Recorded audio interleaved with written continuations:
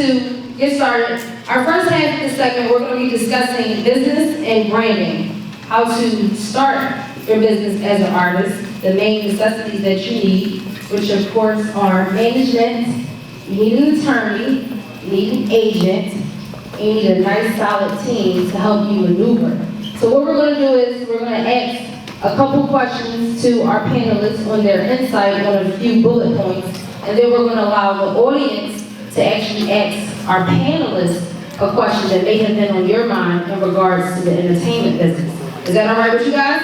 Can we get a hand clap? And then after that, we're going to let's a little rub again, have a little intermission. We have some special guests coming through, and then we're going to move into our artist showcase. How's that sound? It works? Artists already? Y'all been working really hard. I want to say the special thanks to Pastor Robinson and the whole YMS Productions, because if it wasn't for them, this event would not be possible. I want to give a special thanks to Dazzy from Get Go Productions, because she definitely put a lot of work in. So we're all here. We're going to make it happen. We're going to get it going. All right? So our first topic that we're going to be discussing is business and management. So I'm going to pick a panelist, and I'm going to ask you to give your insight on what are the intricate details in management as far as the different people that you need, either a personal manager or a business manager, the setup of how that goes so these artists will know what they need to get started in their camp. How's that sound? It works for you guys? All right. So I'm going to pick Rhythm Jack. You could get closer to your mic there. Now, we're going to discuss business. Now, what are your key points as to management? What are the necessities in your management team? From an artist or a producer standpoint? Both. Could you give us both? Well, I'll lean a little more towards production just because it's more my area, but as far as management, the best thing that I know of as far as management is knowing when to seek a manager, because you might not necessarily need to find one, and usually a manager comes to you when they see something of interest in you. So you shouldn't be looking around asking, hey, can you be my manager? That's not really how it goes. You really have to do your own thing and grind it as hard as you can on your own and create a buzz for yourself, and management will naturally and organically come to you. That's my best advice as far as management is the timing. There's no reason to have a whole team and a whole, just a whole crew when you're not really making serious moves, and you have to make the decision for yourself first if you want to be doing this full time, because it's not a thing where someone should be doing a whole bunch of stuff for you. You should be the centralized figure in your own movement. It should not be your manager. So you should definitely, create that movement for yourself before seeking management. Excellent, excellent. Oh, excuse me. I cut myself off. Excellent, excellent. So my next question, artists, do you have anybody in the audience have a question for Rhythm J in regards to what he's saying? You can just raise your hand and I'll point to you and have a mic or two. Did somebody? Ponta? Hello. I just wanted to know what exactly are the roles of the manager? Well, the roles of manager, anyone else can also chime in if they would like, but the role of manager could be a lot of things, but the one thing a role of manager is not is a bank. That's the main thing that a lot of people know. I mean, obviously, if there's income that's being created, of course, the manager's going to get a piece of that. You guys agree on that, but a manager should not be fronting or being an investor. There's a big difference between a manager and an investor. I mean, there's things where like, hey, can you go to the grocery store and do this and help me? The manager's really just there to maybe give you connects that you did not have to begin with. Maybe seek sponsorships. Get book shows, help you book shows, really just kind of like being your guy in the corner. And also a manager, to me, is that guy that can be the asshole for you. Because an artist shouldn't be an asshole to anybody, but let the manager do that for you. If there's like a deal or a disagreement, the manager should the artist should just be like, oh, I don't know, you gotta talk to my manager about that. But let the manager be the asshole for you. That's mainly it. It's just someone that can manage any kind of problems, put out fires. A lot of times a manager can be a babysitter, but the artist creates that. You should be, just as a manager being a good manager to you, you should also be a good artist to the manager and be well to work with. A lot of times, artists feels like it gives them the instant right to be scatterbrained, but really there should really be somewhere some level of competence.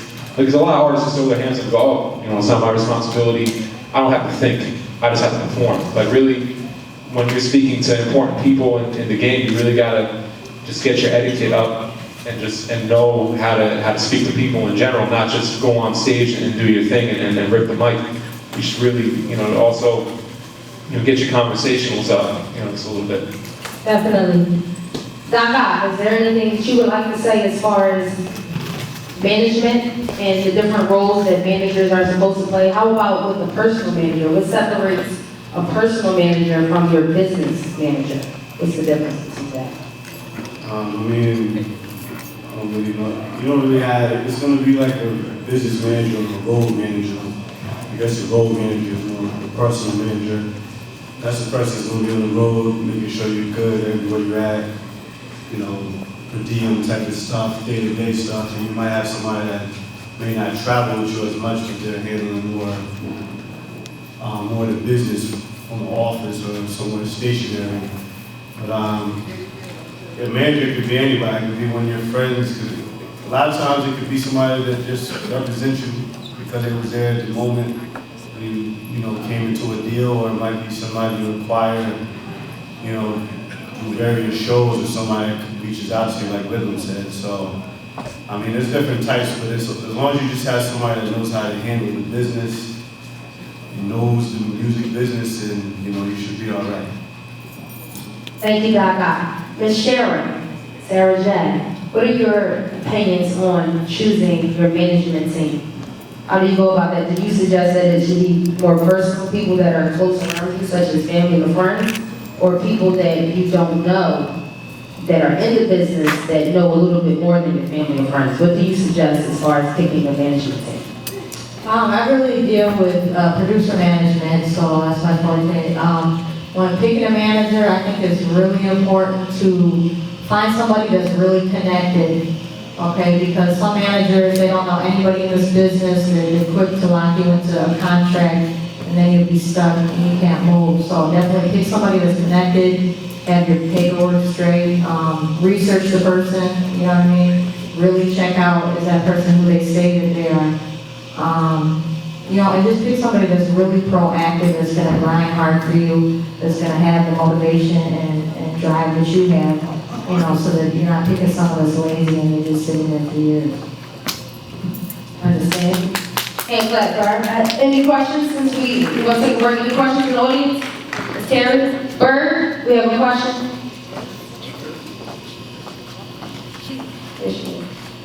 Everyone, this is Ms. Terry Matthews. She's an entrepreneur. She owns a lot of businesses, so you definitely want to link with her.